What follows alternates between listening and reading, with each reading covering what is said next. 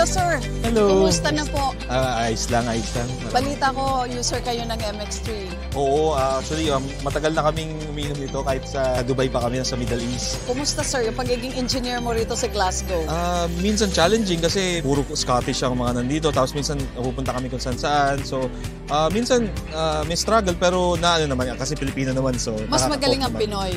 Oo, syempre Pilipino. Yeah. So, how long have you been using the brand? In Dubai, almost every day, ginagamit ko siya. Ang nangyari is, nung napunta kami dito sa Scotland, wala na ako masyado mabilhan. Kaya nung nakita ko siya ngayon, pumunta ako para kumuha na ulit. Na-miss ko. Bakit MX3 capsule, sir? Andito ka na sa Glasgow ngayon and still, yan pa rin ang choice mo na brand supplement. Naramdaman ko na parang kinikleanse yung yung body ko. Sabi ko, I'm not that old but I'm aging as well. So, yeah. So para sa akin siguro, mas mainam yung tulungan ko yung health ko para mas maging healthy pa ako.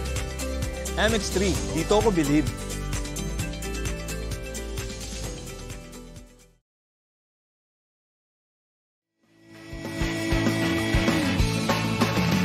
Ang nag-iisang girlfriend mo sa radyo, DJ Lindsay. Ang pinakamakulit na girlfriend mo sa balat ng radyo. Isang magandang morning sa inyong lahat. Ako pa rin po nag-iisang girlfriend mo sa radio. My name is Lindsay. Makulit, pero may puso, handang makinig sa mga kwento mo. Alam mo, feeling ko kailangan mo na siyang iwan kasi it doesn't make sense. Ang kwento sa lihim ng liham. Mahal kong Lindsay. Ako nga po pala si Janice. I've been single for 4 years now. Hindi po ako yung tipong nagpapaligaw dahil sobrang busy ko po sa trabaho. Breadwinner po kasi ako ng pamilya namin. Meron po akong nakilalang kaibigan.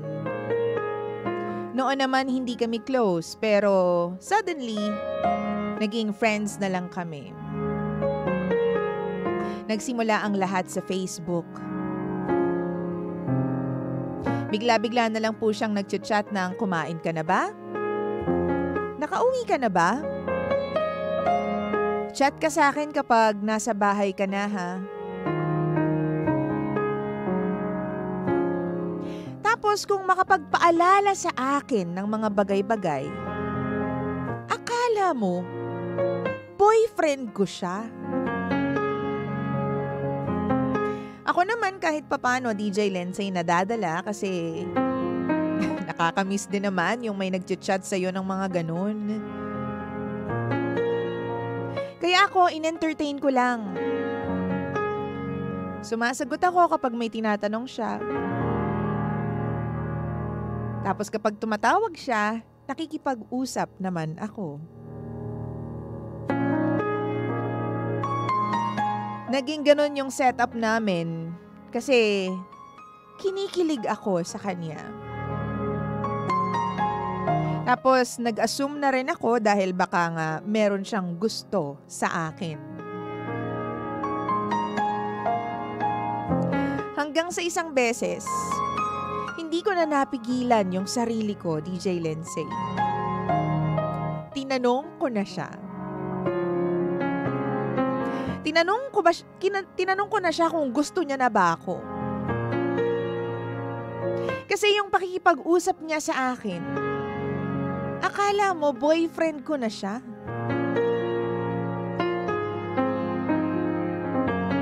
Pero nalungkot ako at parang nagunaw yung buong mundo ko, DJ Lenz. Kasi nalaman ko na may girlfriend naman pala itong kaibigan ko na ito. Sabi ko sa kanya, may GF ka pero bakit ganun ka makipag-usap sa akin? Ang sagot niya, DJ Lindsay, naboboard na rin daw kasi siya sa relasyon niya. Isa pa, wala na raw silang mapag-usapan ng girlfriend niya.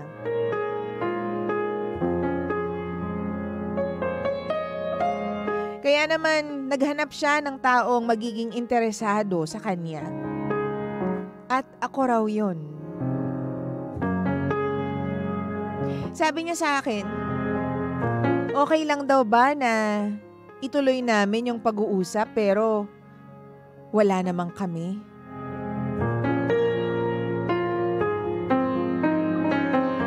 DJ Linz, kahibangan na ba kung itutuloy ko yung mga pag-uusap namin o yung setup namin kahit na alam ko naman na may girlfriend siya? Alam mo kasi, kinikilig talaga ako eh. Lalo na kapag nandyan siya at kausap ko siya. Kahit alam ko naman yung katotohanan na malabong maging kami. Nakakamiss lang kasi yung meron kang kausap at merong nag-aalala sa'yo. Tulungan niyo naman ako. Sana gisingin niyo ako sa katotohanan na hindi naman ako magiging girlfriend. Daghang salamat DJ Lindsay kung sakaling mabasa mo o mapili mo itong sulat ko. Ako po si Janice at ito ang lihim ng aking liham.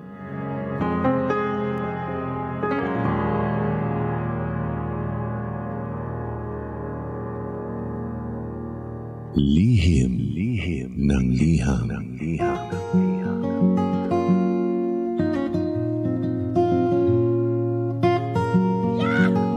Hi, Pangga!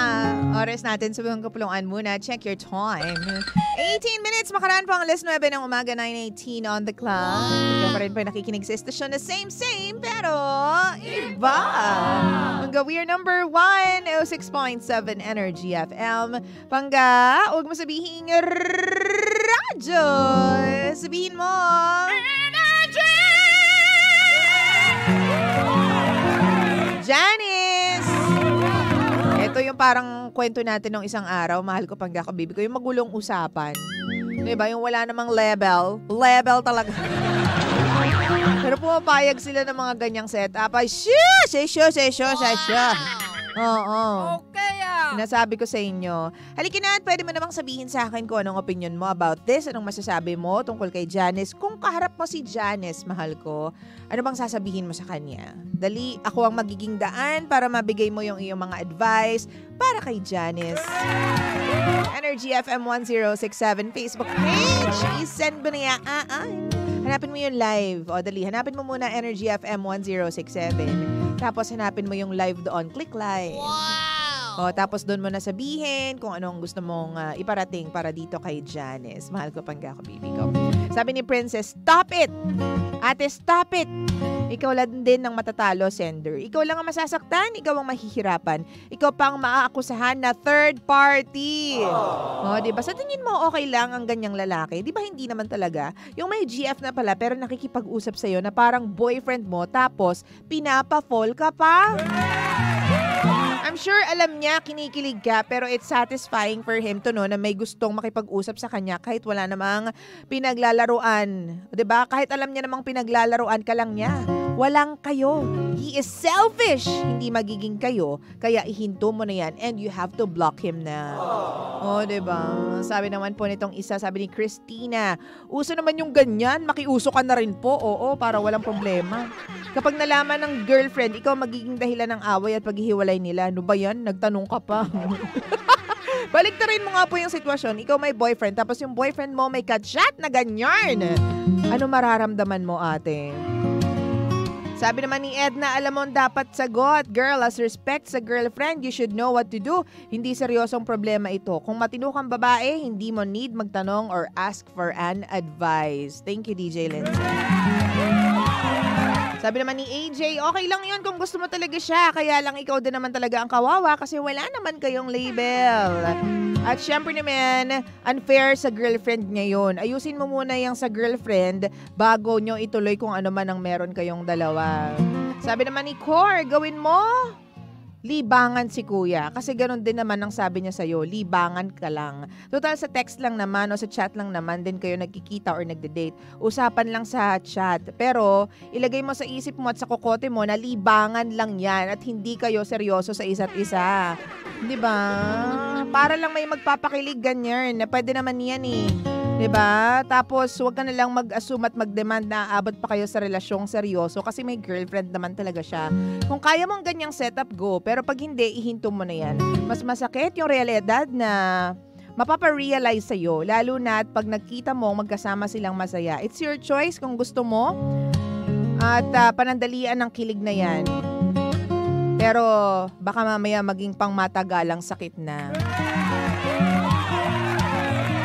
Sabi naman ni Shem, kami nga araw-araw gabi at video call pero may 10 years partner na pala yung kausap ko. Nung nalaman ko agad, binlock ko po agad. Ay nako, ganyan talaga. Kapag nalalaman mong merong karelasyon, no, merong asawa, merong kinakasama, merong merong nag-a-assume na sila kahit hindi niya sabihin sa'yo. Yung nag-a-assume to be in a relationship with him kahit na hindi niya sinasabi sa'yo. Wow! Ay, cannot be na yan, babe. Diba? Basa pa tayo ng comments. Facebook.com/EnergyFM1067. Mahal ko pangga ko, baby ko. Sabi dito ni Ray Azul, ay, hindi ba niya alam ang tama at mali, DJ Lindsay? Obvious naman na pa-fall ngayon. Diba? Nung nalaman na may partner, magtatanong pa kung anong gagawin.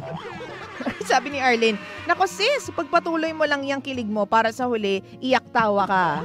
Diba? Alam mo na nga may girlfriend, nagpapaka-OA ka pa dyan.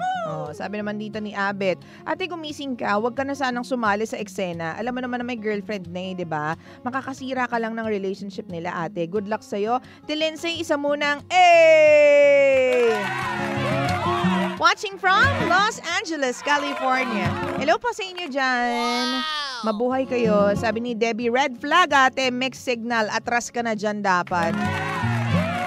Sabi ni Arch, parang di naman tama yan. Kung talagang gusto na niya, he should break up with his jowa then ligawan ka niya. Don't plant the seeds of an affair. Ito.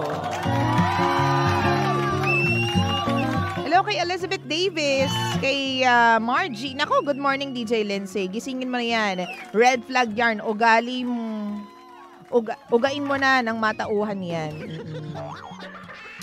Ay nako, ang daming comments dito. Nanggigigil sila sa'yo, Janice, kung nakikinig ka man. Pero alam mo ako, kung ako yung tatanungin mo, kahit di nyo naman tinatanong. Diba? Alam mo naman yan. Alam mo naman na kapag pagmamayari ng iba, dapat hindi ka nakikisawsaw. Wow! Diba? Lalo na relasyon yan. Diba kasi we go in a relationship in preparation, for some people in preparation for marriage, to start a family, diba?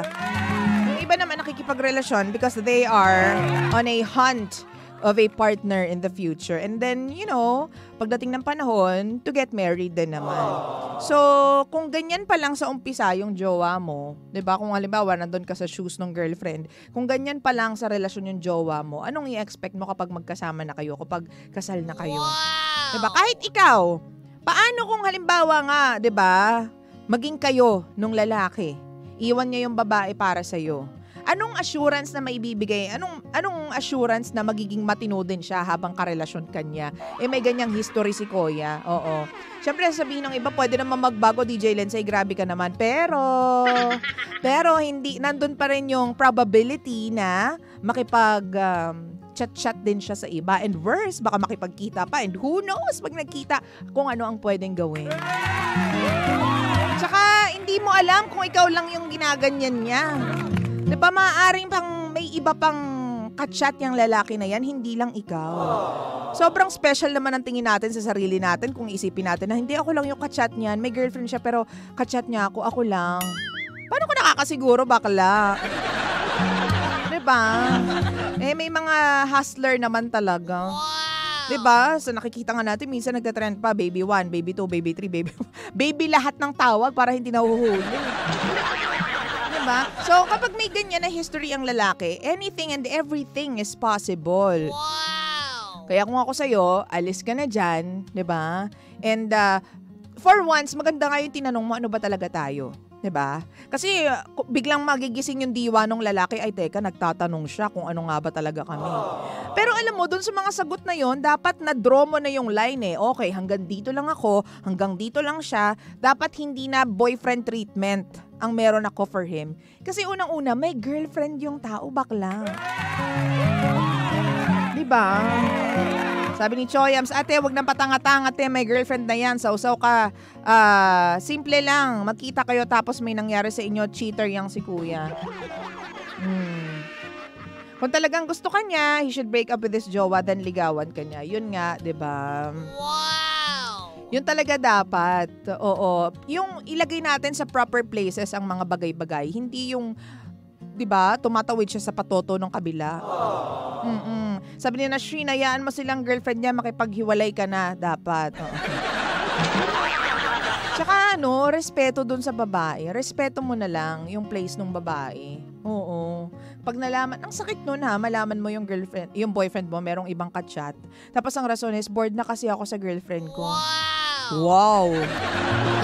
Mga relasyon naman talaga, nagiging boring naman talaga. Nagiging, alam mo yun, na wawala ng excitement, minsan ganyan, na wawala ng spice. Pero kailangan nga mag-work together, yung magkarelasyon, para hindi maging hindi magplato yung relationship nila. And part naman talaga yan, kapag medyo matagal na kayo, part yan ng cycle. May mga times sa sobrang saya, sobrang, alam mo yun, magkakaroon kayo ng struggles, magiging rocky, magpaplato, tapos magiging masaya ulit, diba? Magkakaroon ng challenges ulit. It's a cycle. That is life. Diba? Pero ang hindi normal is yung kapag na-bore ka dun sa relationship, maghahanap ka ng iba at dun mo hahanapin yung excitement. Kakagigil kayo mga ganyan Diba? Oo, yun yung pinaka-ultimate sin. Kasi dyan nagsisimula yung infidelity, dyan nagsisimula yung panloloko, diba? Emotional cheating na nga yan, micro-cheating na nga yan. Di ko nga alam kung makukonsider bang micro-cheating yan, diba lantaran na nakikipag-chat siya sa iba habang meron siyang girlfriend. That's automatically cheating. Diba? Sabi ni Darwin, Janice, wag na. Wala naman kayo, kaya don't waste your time na ituloy pa ang ganyang friends with benefits setup na yan. Tandaan mo, may jowa yan. Ginawa kanyang convenience store kasi nandyan ka lang kapag kailangan kanya. Happy weekend po, the one and only Pretty Queen Lindsay. Hello! Thank you very much, Darwin. Always present. Sabi ni Odebeka, Hokage si kuya, master ko yan. Master. Diba? Diyan nagsisimula yung infidelity, yung mga usap-usap na yan. Before he knows it, mas hinahanap ka na niya kaysa dun sa girlfriend niya. At yun yung ayaw natin mangyari. Kung papasok tayo sa isang relasyon, make sure na malinis lahat, both sides. Diba? Para wala tayong napapaiyak na babae at hindi tayo masasama sa kung anumang gulo na meron yung relasyon na yun. Wow! Diba? Ayun lang ang goal natin palagi. To be at peace with people around us. Oo. Wag mo nang hintayin na may mag-trend pa na video na kinakaladkad ka nung original na jowa, di ba? Wag ganun, be. Ayaw natin ng mga ganyang setup, be. Di ba? So we wish you well, Janice. And again, tigilan mo na yung lalaki na yan. Respeto sa sarili kasi una sa lahat, doon mo makikita yung personality o kung anong meron pagkatao ng tao na yun. Pagkatao ng tao na yun. Para nadandan pakinggan. Oo. Doon mo makikita yung pagkatao niya. Again, anong klaseng tao siya, anong klaseng lalaki siya. 'Di ba? Kung sakaling maging boyfriend mo ba siya, magiging at peace ba yung kaluluwa mo o yung spirit mo kapag nalaman mo na kayo na nga, pero 'di ba, you will always overthink, sino kayang ka-chat nito, sino kayang 'di ba? Sino kayang kausap niya? Bak may kinita pa tong iba kasi may ganyan siyang history Wow! 'Di ba? So hindi ka rin magiging at peace diyan sa tao na 'yan. Again, tigilan mo na yang sequoia. At ang hanapin mo o hintayin mo yung lalaking walang jowa at ipupursue ka talaga ng malalang malala at mabisang mabisa. Ganun yun. Maraming lalaki dyan. Hindi mo lang sila napapansin kasi you have your eyes on this guy. Diba? Hindi mo napapansin kasi fall na fall ka dito sa guy na to eh. Hindi mo napapansin kasi bawat kibot mo, sasagot ka dun sa guy. Kapag nagtanong, sasagot ka. Kapag tumawag, sasagot ka. So paano mo bibigyan ng space o ng daan yung tamang tao na pumasok sa buhay mo kung nakafocus ka dito sa lalaki na to? Diba? So, labanan mo, alam ko, na-fall ka na sa kanya at alam ko yung kilig na yan. Pero alisin mo. Alisin mo for your sake. Alisin mo for your peace sake. Alisin mo. Hindi ka convenience store. O, sabi nga nung isang natin, nung isang tawag dito, commenter natin, hindi ka convenience store na kapag naandyan at kailangan ka, saka ka lang niya pupuntahan o saka ka lang niya ime-message. Wow! Kapag wala yung jowa, saka ka lang mini-message. Kapag tulog na yung jowa, saka ka lang pupuntahan. Ba, ganyan? Pag hindi nakatingin yung jowa, babasahin yung message. Kapag nakatingin na, i-delete na. Oo.